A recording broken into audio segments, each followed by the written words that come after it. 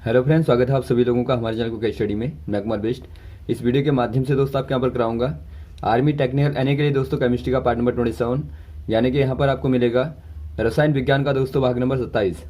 इससे पहले आपको 26 पार्ट कराए जा चुके हैं जहाँ पर आपने महत्वपूर्ण क्वेश्चनों को देखा, और आज भी दोस्तों यहाँ पर आप खास क्वेश्चन देखेंगे जो बार बार पूछे गए हैं और जिनकी बहुत बहुत पूछे जाने की संभावनाएं हैं। तो आराम से आप टॉपिक को देखें शुरू से लेकर आखिर तक, और जो भी क्वेश्चन यहाँ पर मिलेंगे सारे क्वेश्चनों को लगातार आप नोट करते जाएंगे। तो देखिए, शुरू करते हैं क्वेश्चनों को। देखिए दोस्तों, पहला क्वेश्चन आपको दिखता है, निम्न में से कौन कार्बन का एक अपर रूप नहीं है। यानी कि आपको बताना है which one of the following is not an allotrope of carbon.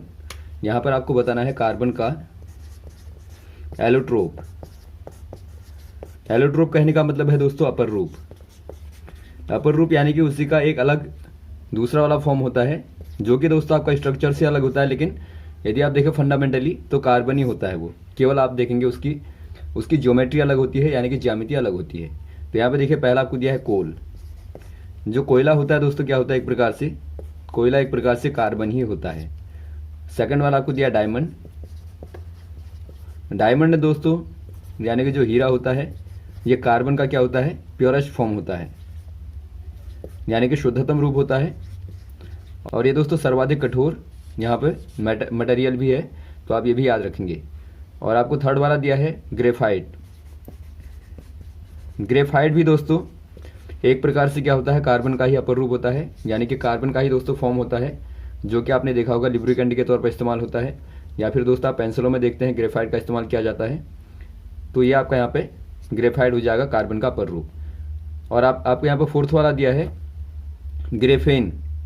Graphene दोस्तों यहाँ पे कार्बन का अपर रूप नहीं होता, तो ऑप्शन नंबर आप डी में टिक कर देंगे ग्रेफीन में। अगला क्वेश्चन देखिए दोस्तों, कण जो समान इलेक्ट्रॉनों की संख्या धारण करते हैं कहलाते हैं। यानी कि आपको बताना है species containing same number of electrons called. यहां पे देखिए दोस्तों, containing same number of electrons, ये क्या कहलाएंगे दोस्तों। यहाँ पे देखिए दोस्तों, तीन टाइप के मेनली यहाँ पे होते हैं। एक आपके होते हैं आइसो इलेक्ट्रॉनिक, दूसरे आपके होते हैं आइसोटोप्स, और तीसरे आपके होते हैं आइसो बार्स। इनमें देखिए दोस्तों, जो आपका आइसो इलेक्ट्रॉनिक होते हैं इनमें नंबर ऑफ इलेक्ट्रॉन सेम होते हैं, यानी कि इलेक्ट्रॉनों की संख्या दोस्तों क्या होगी, वो समान होती है, तो उनको आप कहेंगे आइसो इलेक्ट्रॉनिक। वैसे आपका सेकंड वाला होता है दोस्तों आइसोटोप। यहाँ पर नंबर ऑफ प्रोटॉन सेम होते हैं, यानी कि दोस्तों यहाँ पर प्रोटॉनों की संख्या क्या होगी, समान होती है, या फिर आप कहें परमाणु क्रमांक दोस्तों समान होता है, तो आइसोटोप कहलाते हैं, यानी कि समस्थानिक कहलाते हैं। ये समस्थानिक हो गए, ये सम इलेक्ट्रॉनिक हो गए, और ये दोस्तों आपके आइसोबार जो होते हैं ये आपके समभारिक कहलाते हैं। समभारिक यानी कि जिनका समान भार होता है, यानी कि दोस्तों यहाँ पे जो भार होता है यानी कि जो एटॉमिक मास होता है क्या होगा दोस्तों, एटॉमिक मास समान होगा, यानी कि सेम होगा। तो ये आप यहाँ पे ध्यान देंगे। तो ये तीन बार बार पूछे जाते हैं, तो आप इनको याद रखेंगे। तो यहाँ पर दोस्तों आप टिक कर देंगे ऑप्शन नंबर ए वाले में, आइसो इलेक्ट्रॉनिक में। अगला क्वेश्चन देखिए दोस्तों, उपकरण जिसका प्रयोग रेडियो सक्रियता की माप के लिए किया जाता है। यानी कि आपको बताना है device used for measurement of the radio activity. यानी कि आपको बताना है measurement of radio activity. Radio activity कहने का मतलब है दोस्तों जो रेडियो सक्रियता होती है। आप देखते हैं कोई एलिमेंट होता है वो क्या करता है दोस्तों, यहाँ पर अल्फा या बीटा या फिर गामा रेडिएशन का यानी कि विकिरण का दोस्तों लगातार क्या करता है, एमिट करता है, एमिशन करता है। तो एमिशन को दोस्तों आपको चेक करना है, तो इसके लिए आप कौन से वाले इंस्ट्रूमेंट का इस्तेमाल करेंगे आपको बताना है। यहाँ पर दोस्तों आप इस्तेमाल करते हैं जीएम काउंटर का। जीएम काउंटर कहने का मतलब है geyser, GEIGR geyser, Muller counter. यदि आप फुल फॉर्म को देखें तो एक कहलाता है गीजर मुलर काउंटर। ये दोस्तों एक प्रकार से आयनाइजेशन रेडिएशन को मेजर करता है ये आयनाइजेशन रेडिएशन को। यानी कि एक प्रकार से दोस्तों ये जो निकल रहा है, जो ये रेडिएशन निकलता है दोस्तों, एक प्रकार से क्या है, आयनाइजेशन रेडिएशन ही है। तो इसका मेजरमेंट दोस्तों आप किससे करेंगे, जीएम काउंटर से करेंगे, या फिर आप कह सकते हैं दोस्तों गीजर मुलर काउंटर से। ऑप्शन नंबर आपका दिखता है सी वाला, तो आप सी वाले में टिक कर देंगे। अगला क्वेश्चन देखिए दोस्तों, मशीन में प्रयोग होता है, यानी कि आपको बताना, एमआरआई मशीन में प्रयोग होता है, यानी कि आपको बताना है in MRI machine which one is used. यहाँ पे देखिए दोस्तों, पहले आप समझेंगे एमआरआई क्या होता है। यदि आप एमआरआई का फुल फॉर्म देखें दोस्तों, ये होता है मैग्नेटिक रेजोनेंस इमेजिंग, या फिर आप कह सकते हैं इमेज। इसमें क्या होता है दोस्तों, इसमें मैग्नेटिक फील्ड के द्वारा यहाँ पे इमेज प्राप्त की जाती है। यह एक प्रकार से यहाँ पे कहलाएगी, it is a technique in medical science. ये दोस्तों मेडिकल साइंस में इस्तेमाल की जाने वाली एक टेक्निक है, जहाँ पे क्या होता है दोस्तों, जहाँ पे बॉडी की इमेज को ऑब्टेन किया जाता है, ऑब्टेन बॉडी इमेज, या फिर आप कह सकते हैं दोस्तों बॉडी ऑर्गन इमेज, यानी कि शरीर के अंगों का दोस्तों एक प्रकार से वहाँ पे इमेजिनेशन किया जाता है, यानी कि उनका दोस्तों यहाँ पे स्ट्रक्चर प्राप्त किया जाता है। तो इसी को दोस्तों आप कहते हैं एमआरआई। यहाँ पर दोस्तों क्या इस्तेमाल होता है, देखिए यहाँ पर आप यूज़ करते हैं हाई मैग्नेटिक फील्ड का, यानी कि दोस्तों यहाँ पर आप इस्तेमाल करते हैं उच्च चुंबकीय क्षेत्र का, और साथ में दोस्तों आप रेडियो वेव का भी इस्तेमाल यहाँ पर करते हैं, रेडियो वेव्स का। और इनको मिला करके दोस्तों कंबाइंड फॉर्म क्या देता है आपको एक पिक्चर देता है, किसकी दोस्तों, बॉडी ऑर्गन की पिक्चर क्रिएट होती है। तो ऑप्शन नंबर यहाँ पर कौन सा हो जाएगा, ऑप्शन नंबर हो जाएगा दोस्तों यहाँ पे magnetic waves, option number D वाला, यानी कि चुंबकीय तरंगों का यहाँ पर आप इस्तेमाल करते हैं। अगला क्वेश्चन देखिए दोस्तों, वोटिंग इंक में प्रयुक्त रसायन है, यानी कि आपको बताना है which chemical used in voting ink. यदि आप बात करें दोस्तों, जो वोटिंग इंक होती है, आपने देखा होगा जो यहाँ पर नाखूनों पर स्याही लगाई जाती है वोट देने के बाद में, तो कौन सा केमिकल दोस्तों वहाँ पे मिला रहता है आपको बताना है। यहाँ पे देखिए दोस्तों, मेनली जो मिला रहता है 10 से लेके 18% यहाँ पे होता है सिल्वर नाइट्रेट होता है दोस्तों, AgNO3, और साथ में डाइन होती हैं, कुछ यहाँ पे डाइज होती हैं, और कुछ दोस्तों यहाँ पे अनडिस्क्लोज्ड केमिकल होते हैं। तो यहाँ पे देखिए जो मेनली दोस्तों यहाँ पे AgNO3 यहाँ पे इस्तेमाल होता है, ये स्किन की सेफ्टी के लिए दोस्तों यहाँ पे इस्तेमाल किया जाता है। यानी कि यहाँ पर आप कह देंगे दोस्तों, पहला वाला आपको दिया गया है सिल्वर नाइट्रेट, तो ऑप्शन नंबर आप ए वाले में टिक कर देंगे, यहाँ पर सिल्वर नाइट्रेट का इस्तेमाल किया जाता है। अगला क्वेश्चन देखिए दोस्तों, निम्न किसमें द्रव्यमान नहीं है, यानी कि आपको बताना है which of the following has no मास।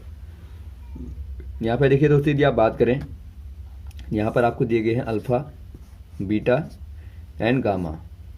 तो यदि आप बात करें दोस्तों अल्फ़ा के मास की, यहाँ पर आप इनको ऐसे लिख लेंगे अल्फ़ा, बीटा और गामा।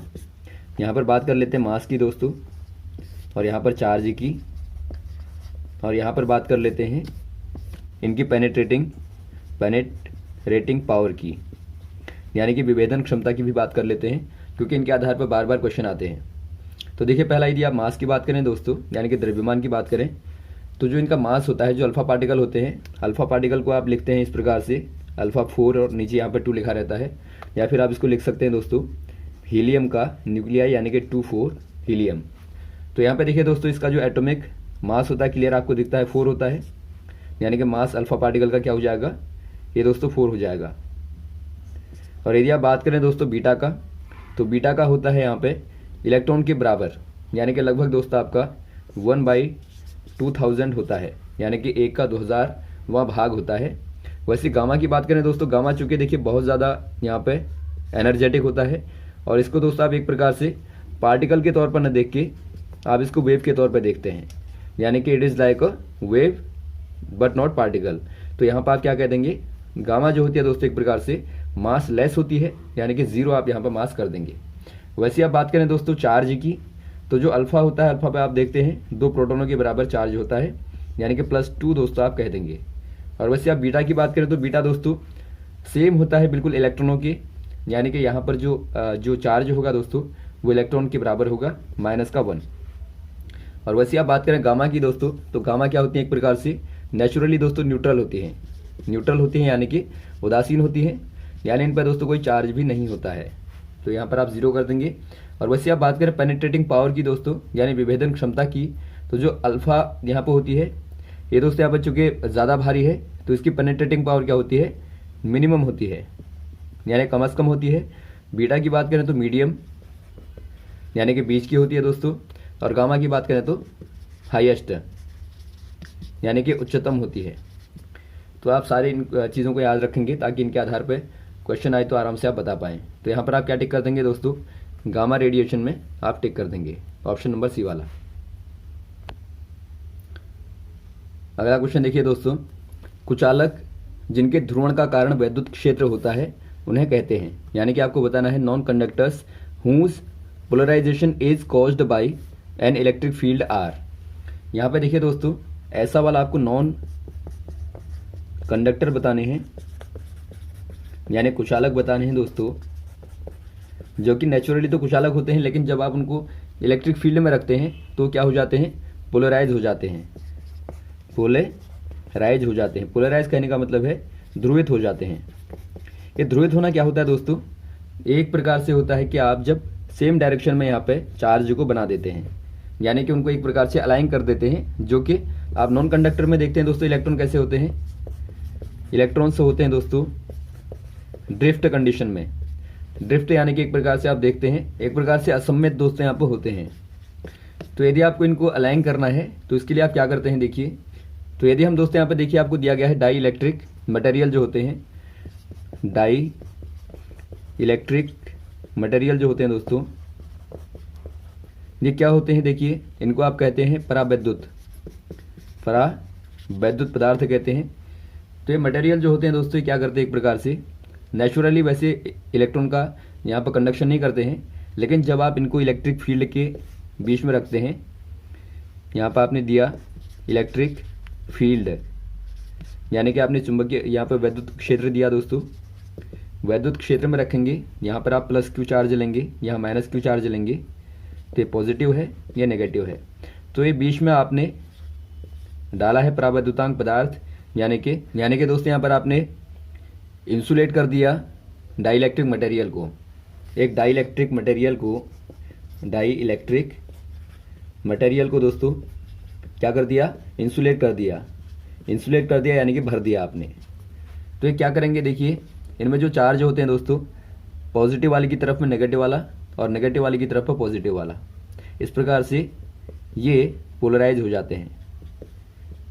तो यहाँ पर आप देखते हैं ये आपका दोस्तों क्या है, पोलराइजेशन वाली फॉर्म है। तो यहाँ पर आप किनका इस्तेमाल करते हैं दोस्तों, ऐसे केस में आप डाइइलेक्ट्रिक्स का इस्तेमाल करते हैं, जो कि एक प्रकार से क्या बढ़ा देते हैं, ये दोस्तों यहाँ पे देखिए जो कैपेसिटी होती है चार्ज कंटेन करने की, इसको बढ़ा देते हैं। इनका इस्तेमाल खासतौर पर आपने देखा होगा कैपेसिटर में किया जाता है। तो यहाँ पर ऑप्शन नंबर आपका हो जाएगा सी वाला, डाइइलेक्ट्रिक यानी कि परावैद्युत। अगला क्वेश्चन देखिए दोस्तों, कॉपर सल्फेट के विलयन से कॉपर प्राप्त करने के लिए प्रयुक्त धातु, यानी कि आपको बताना है the metal used to recover copper from solution of copper sulphate. यदि आप दोस्तों यहाँ पर सॉल्यूशन लें कॉपर सल्फेट का, यानी कि आपने CuSO4 को लिया है दोस्तों, सॉल्यूशन को लिया है। यदि आपको यहाँ से कॉपर को क्या करना है, आपको अलग करना है, यानी कि आपको दोस्तों यहाँ से रिकवर करना है। तो आप कैसे करेंगे रिकवर, आपको बताना है। यहाँ पर आप टिन का यूज़ करेंगे या गोल्ड का या सिल्वर का या आयरन का। यहाँ पे देखिए दोस्तों आपने एक्टिव सीरीज़ को देखा होगा, जो मेटल की एक्टिव सीरीज़ होती है उनमें क्या होता है दोस्तों, पहला आपका होता है पोटेशियम, फिर आपका होता है सोडियम, फिर आपको दिखता है calcium, magnesium, aluminium, zinc, iron, और यहाँ पर आप टिन देखते हैं और Pb देखते हैं, H देखते हैं, और बाद में दोस्तों आप देखते हैं यहाँ पे कॉपर को, Hg को और सिल्वर को और Au को। तो यहाँ पर आप क्लियर देखते हैं दोस्तों, जो कॉपर के बाद वाले होंगे वो कॉपर को यहाँ से रिप्लेस नहीं कर पाएंगे, यानी कि रिप्लेस करने के लिए दोस्तों आपको ज़्यादा एक्टिव वाला या मेटल लेना पड़ेगा। तो आप यहाँ पर क्लियर देखते हैं दोस्तों, जो आयरन है यहाँ पर आपको Fe दिखता है, तो ये दोस्तों क्या होता है, ये आपका H से ज़्यादा एक्टिव होता है, यानी कि H से पहले आप देखते हैं इसको, ये आपका कॉपर को रिप्लेस कर देगा, क्योंकि कॉपर से दोस्तों ये ज़्यादा एक्टिव है आयरन। तो आयरन का दोस्तों यहाँ पर आप यूज़ करेंगे तो आपको मिलेगा रिएक्शन के बाद में FeSO4 और प्लस Cu। तो यहाँ पर आप देखते हैं कॉपर दोस्तों अलग हो गया, तो ऑप्शन नंबर आप टिक कर देंगे डी वाले में। अगला क्वेश्चन देखिए दोस्तों, एक गोल्ड रिंग 50% शुद्ध है, इसकी शुद्धता और कैसे दिखा सकते हैं। यानी कि आपको बताना है a gold ring is 50% pure, its purity can also shows as. यानी कि आप और कैसे दिखा सकते हैं दोस्तों, आपको बताना है। यहाँ पर देखिए दोस्तों आपको ऑप्शन दिए हैं कैरेट में, और आप जानते हैं जो प्योर गोल्ड होता है, प्योर गोल्ड दोस्तों यहाँ पर होता है 24 कैरेट का। और जो ज्वेलरीज बनाई जाती हैं दोस्तों, जो आभूषण बनाए जाते हैं, आभूषण बनाए जाते हैं 22 कैरेट सोने के, गोल्ड के। यहाँ पर चूंकि आपको दिया गया है कि 50% ही शुद्ध यहाँ पे सोना यूज़ किया गया है, तो 50% कहने का मतलब है दोस्तों 24 का आप हाफ कर देंगे, यानी कि 12 कैरेट का दोस्तों यहाँ पर गोल्ड होगा। यानी आप कह देंगे ऑप्शन नंबर सी वाला राइट हो जाएगा। अगला क्वेश्चन देखिए दोस्तों, ग्रुप 0 एलिमेंट्स आर। यानी कि आपको बताना है 0 ग्रुप के एलिमेंट कौन से हैं। जो ग्रुप 0 होता है दोस्तों, ग्रुप 0, या फिर आप इसे कहते हैं ग्रुप 18। यानी कि आपको जो आखिर वाला 18 ग्रुप दिखता है दोस्तों, 18 ग्रुप दिखता है, वही कहलाता है 0 ग्रुप। तो यहाँ पर क्या आता है दोस्तों, यहाँ पे रेयर गैसेज आती हैं, या फिर आप इनको कहते हैं नोबल गैसेज, यानी कि आप इनको कहते हैं दोस्तों अक्रिय गैस। अक्रिय गैस क्यों कहते हैं, क्योंकि ये दोस्तों किससे भी क्रिया नहीं करते हैं। यानी यहाँ पर आप इनका यदि कन्फिगरेशन देखेंगे तो ये फुली फील्ड होते हैं। तो यहाँ पर आप देखिए, आप देखते हैं हीलियम को, या फिर आप देखते हैं नियोन को, या फिर आप देखते हैं आर्गन को, या आप जिनोन को देखते हैं, या रेडोन को देखते हैं। तो ये सारे क्या हैं दोस्तों, ये सारी की सारी आपकी नोबल गैसेज हैं। यदि आप इनका कन्फिगरेशन देखेंगे तो आपको पूरा फील्ड दिखेगा, यानी कि 2, 8 या 18 ऐसे आपको दिखता है। यहाँ पर कोई भी दोस्तों अयुग्मित इलेक्ट्रॉन नहीं होता, यानी कि अनपेयर्ड इलेक्ट्रॉन नहीं होता है। तो इसीलिए आप इनको कहते हैं नोबल गैसेज। इनकी मात्रा दोस्तों बहुत कम होती है एटमॉस्फेयर में, इसीलिए आप इनको रेयर गैस कहते हैं, यानी कि बहुत ही जो कम होता है, आप रेयर गैस करके इनका नाम यहाँ पर नॉमिनेट करते हैं। तो यहाँ पर दोस्तों जो 0 ग्रुप है, इसको इंट्रोड्यूस किया था रामसे ने। ये क्वेश्चन भी आता है, तो आप याद रखेंगे रामसे ने दोस्तों इनको इंट्रोड्यूस किया था। तो यहाँ पर आप कह देंगे दोस्तों क्या होते हैं, ये आपके नॉन रिएक्टिव होते हैं। पहली चीज़ आपने यहाँ पर देखी, नॉन रिएक्टिव होते हैं दोस्तों, और ये आपके नॉन मेटल होते हैं, सारे के सारे नॉन मेटल भी होते हैं। तो ऑप्शन नंबर कौन सा दिखता है दोस्तों आपको, ऑप्शन नंबर आपको बी वाला दिखता है, तो आप बी वाले में टिक कर देंगे। और एक क्वेश्चन इनके आधार पर और आता है दोस्तों, ये कैसे वाले फॉर्म में होते हैं। तो हमेशा ये आप याद रखेंगे, जो नोबल गैसेज होते हैं दोस्तों, ये मोनो एटॉमिक फॉर्म में होती हैं। यानी कि यहाँ पर आप इनको देखेंगे सिंगल फॉर्म में ही दोस्तों दिखती हैं आपको। यहाँ पर आपका डाई एटॉमिक फॉर्म जो होती है, इनकी नहीं होती है। ऐसा क्यों होता है दोस्तों, क्योंकि ये रिएक्टिव होते नहीं हैं और इसीलिए कंपाउंड नहीं बनाते हैं। और कंपाउंड नहीं बनाएंगे तो वहाँ पर आप इनको 2 फॉर्मों में नहीं देख पाएंगे, यानी कि आपको H2 या N2 की तरह दोस्तों नहीं दिखाई देते। तो ये चीज़ भी आप याद रखेंगे, ये आपके मोनो एटॉमिक फॉर्म में पाए जाते हैं। तो यहाँ तक दोस्तों आप क्वेश्चनों को तैयार करें, उम्मीद है आपको क्वेश्चन अच्छे लगे होंगे। यदि आपका कोई कन्फ्यूजन हो दोस्तों, आप कमेंट बॉक्स में कमेंट कर सकते हैं। और यदि आपको वीडियो पसंद आया हो तो आप ज़रूर लाइक करें, शेयर करें, ताकि अधिक से अधिक लोगों तक पहुँचे। Okay, thanks. जय हिंद, जय भारत।